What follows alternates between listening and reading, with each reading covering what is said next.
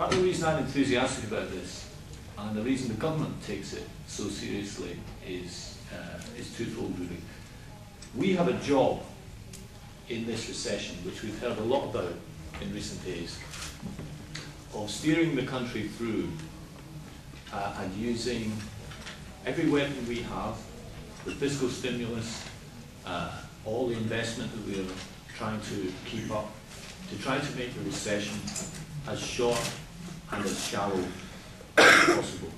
But that's only half of our job.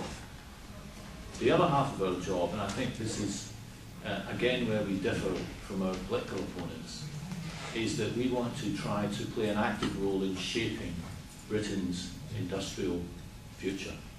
Because the economy which emerges from the recession is not simply going to be a rewind back to sometime in 2006, before the current difficulties began. It's going to take a different shape. Now, we're used to thinking about climate change in the sense of saving the planet, of the imperative to get a deal at Copenhagen on emissions reductions, on targets and so on, and that's absolutely critical.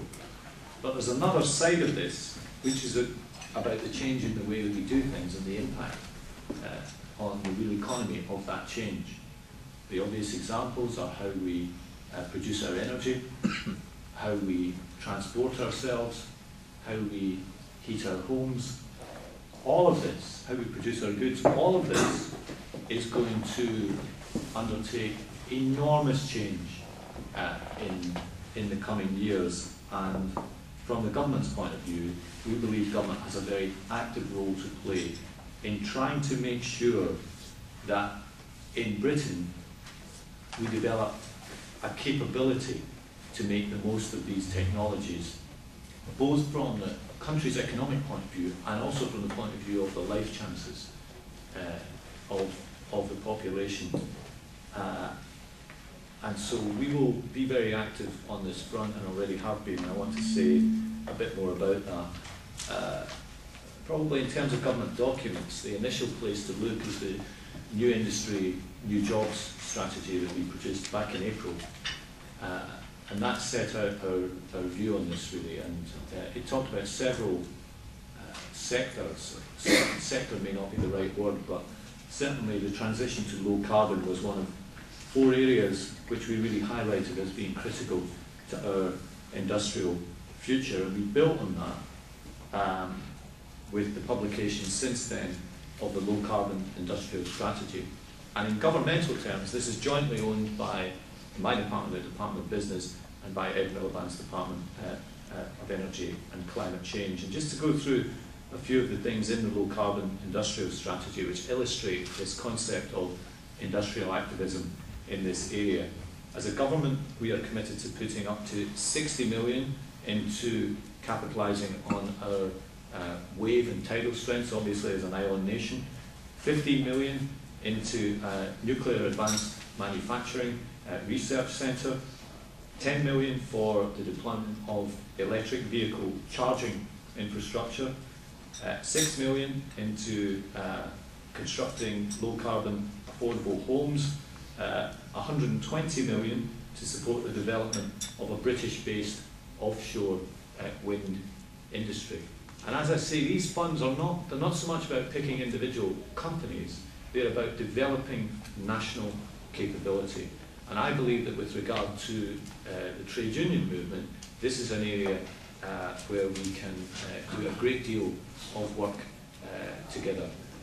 There are some great individual examples of what's going on. We've got some of the most exciting low carbon vehicle projects going on in Britain, backed by the government, where demonstrator vehicles are in operation in our cities, which are, if you like, ordinary cars used in this way rather than some of the kind of new electric vehicles that we've had. And we are trying to put that into practice, and we've got some of the most advanced low carbon vehicle demonstration projects in the world going on right here in the UK at the moment.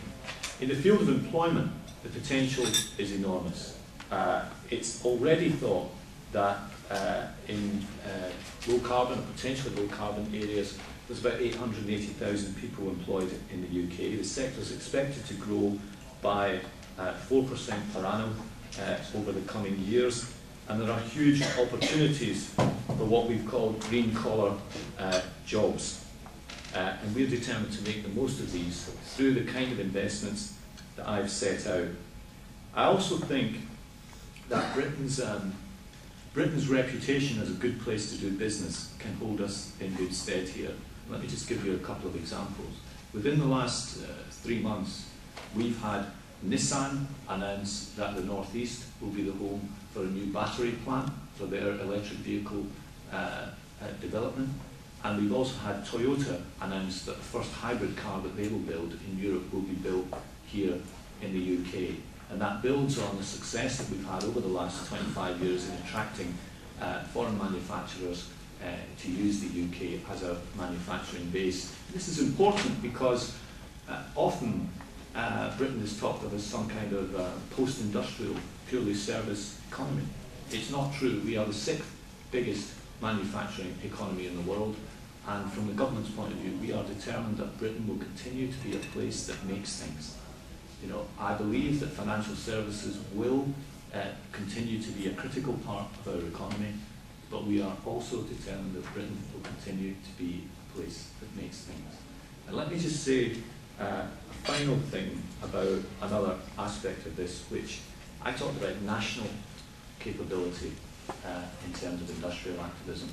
Individual capability is also critical to this. And I want to say a word about this notion of a just transition, because I think this is a very important and welcome notion, and one that we should embrace. The government's going to establish a forum for a just transition, which will involve trade unions, involve business, involve other voices. And the purpose of that really is to make sure that as we try and shape this industrial future, we also try to give people the opportunity to take part in it. And from my own constituency point of view, I think this is absolutely critical. I represent what people might describe as a traditional manufacturing part of the country, in the heart of the black country. I want to make sure that those traditional manufacturing skills and that traditional can-do attitude are matched to these new opportunities. If we don't do that, we will be denying people the opportunities they have a right to respect. And we will also, I think, create a resentment in the future about, yes, a new economy that can be developed, but where is my role in it? How can I take part in this? And that's another arena where I think we can work with trade unions in a very productive way. So this notion of equipping individuals to get access to the opportunities created by this industrial change is also critical, and something that the government sees as very much part of our mission. So, to sum up, there are huge opportunities. There is an enormous industrial side to the climate change challenge. We are determined that Britain makes a success of this. There is a huge trade union role in it too. And when we come to thinking about Britain's role in this, we've got to think both about national capability and also individual opportunity and life chances. Thank you.